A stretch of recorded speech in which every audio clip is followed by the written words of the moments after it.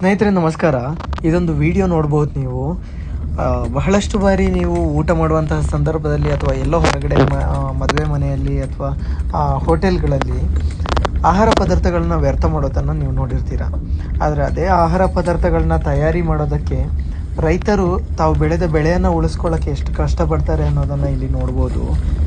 ಮಳೆ ಬರ್ತಾ ಇದೆ, ಆ ಮಳೆಯಲ್ಲಿ ಅವರು ಬೆಳೆದಂತಹ ಭತ್ತವನ್ನು ರಕ್ಷಣೆ ಮಾಡ್ಕೊಳ್ಳೋಕ್ಕೆ ಎಷ್ಟು ಕಷ್ಟಪಡ್ತಾ ಇದ್ದಾರೆ ಅನ್ನೋದನ್ನು ನೀವು ಇಲ್ಲಿ ಗಮನಿಸ್ಬೋದು. ಯಾವತ್ತೂ ಊಟ ಮಾಡುವಂತಹ ಸಂದರ್ಭದಲ್ಲಿ ಆಹಾರವನ್ನು ವ್ಯರ್ಥ ಮಾಡಬೇಡಿ, ಆಹಾರವನ್ನು ಚೆಲ್ಲಬೇಡಿ.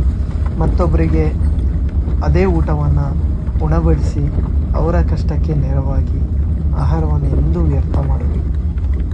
ರೈತರ ಈ ಶ್ರಮ ನಿಮ್ಮ ಹೃದಯವನ್ನು ಮುಟ್ಟಲಿ, ಮತ್ತೆಂದೂ ಆಹಾರವನ್ನು ವ್ಯರ್ಥ ಮಾಡುವತ್ತ ನಿಮ್ಮ ಮನಸ್ಸು ಹೋಗದಿರಲಿ ಅಂತ ಕೇಳ್ಕೊಳ್ತೇನೆ. ಕೊನೆಯ ಮಾತು, ನಾನೂ ಆಹಾರವನ್ನು ವ್ಯರ್ಥ ಮಾಡಲ್ಲ, ನೀವು ಮಾಡಬೇಡಿ. ಧನ್ಯವಾದಗಳು.